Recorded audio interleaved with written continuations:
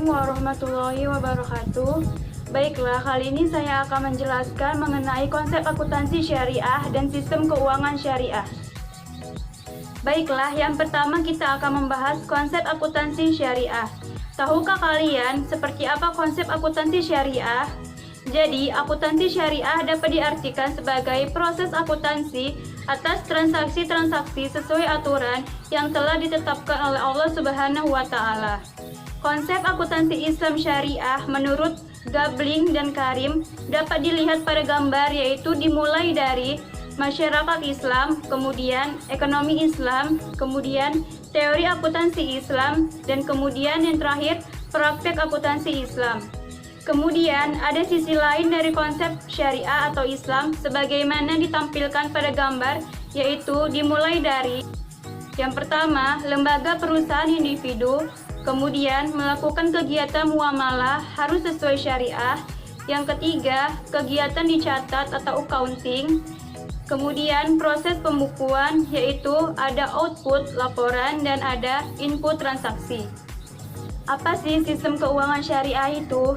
Yaitu sistem keuangan yang mengacu pada prinsip Islam serta dasar hukum Islam serta sebagai pedomannya. Nah, sekarang kita masuk ke pembahasan yang pertama terkait dengan konsep pemeliharaan harta kekayaan.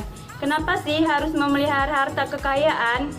Yaitu konsep pemeliharaan harta kekayaan bertujuan agar harta yang dimiliki halal sesuai dengan pemilik mutlak dari harta kekayaan tersebut, yaitu Allah Subhanahu wa Ta'ala. Selanjutnya, penggunaan dan pendistribusian harta.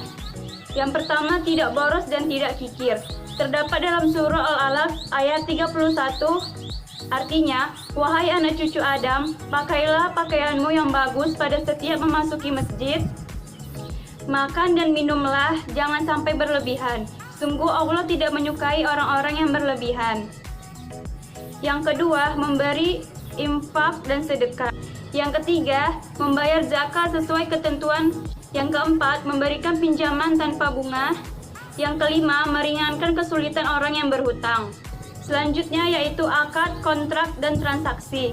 Akad dalam bahasa Arab yaitu dari kata al-akad, bentuk jamak dari al-uluk yang berarti ikatan atau mengikat. Dan dalam terminologi hukum Islam, akad adalah pertalian antara penyerahan izab dan penerimaan qabul yang dibenarkan oleh syariah yang menimbulkan akibat hukum oleh objeknya. Akad ini ada dua jenis, yaitu akad tabaru dan akad ijarah. Akad tabaru adalah perjanjian atas transaksi yang tidak ditujukan untuk memperoleh laba, di mana tujuan utama dari akad tabaru ini adalah untuk tolong-menolong. Dalam akad tabaru ini, pihak yang berbuat kebaikan tidak boleh mendapatkan imbalan terhadap manusia, tetapi mengharapkan imbalan dari Allah Subhanahu wa Ta'ala. Dalam akad tabaru ini ada tiga jenis, yaitu meminjamkan uang, meminjamkan jasa, dan memberikan sesuatu. Yang pertama, meminjamkan uang. Meminjamkan uang yang terdapat dalam akad tabaru ini karena tidak boleh melebihkan pembayaran atas pinjaman tersebut, karena kelebihan atas pinjaman tersebut dinamakan riba. Yang pertama ada qard, yaitu merupakan pinjaman uang yang diberikan tanpa mensyaratkan apapun selain tingkat waktu pengembaliannya. Yang kedua yaitu pinjaman untuk mengisyaratkan suatu jaminan dalam bentuk jaminan tertentu yang disebutkan. Dan yang terakhir ada hiwalah, yaitu bentuk pinjaman dengan cara mengambil ahli piutang dari pihak lalu. Kemudian bentuk akad yang kedua yaitu meminjamkan jasa, yaitu berupa keterampilan atau keahlian, di mana ada tiga jenis pinjaman oleh jasa ini.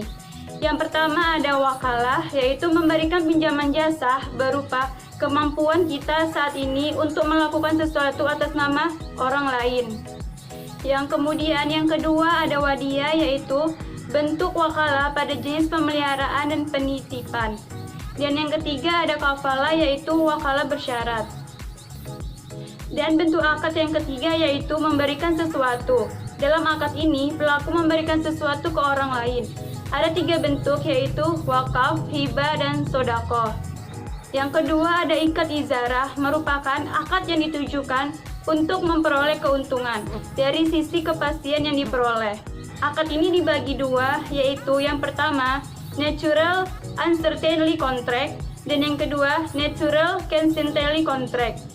Natural Uncertainty Contract merupakan kontrak yang diturunkan dari teori pencampuran, di mana pihak bertransaksi saling mencampurkan aset yang mereka miliki menjadi satu, kemudian menanggung risiko bersama-sama untuk mendapatkan keuntungan.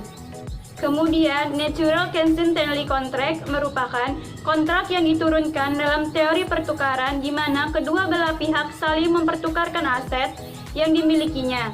Selanjutnya, ada rukun dan syarat akad.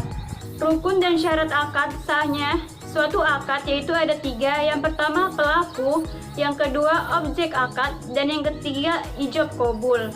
Kemudian kita akan membahas transaksi yang dilarang. Yang pertama itu ada riba, yang kedua ada penipuan, yang ketiga ada perjudian, yang keempat ada penimbunan barang, yang kelima ada rekayasa permintaan, dan yang terakhir ada suap.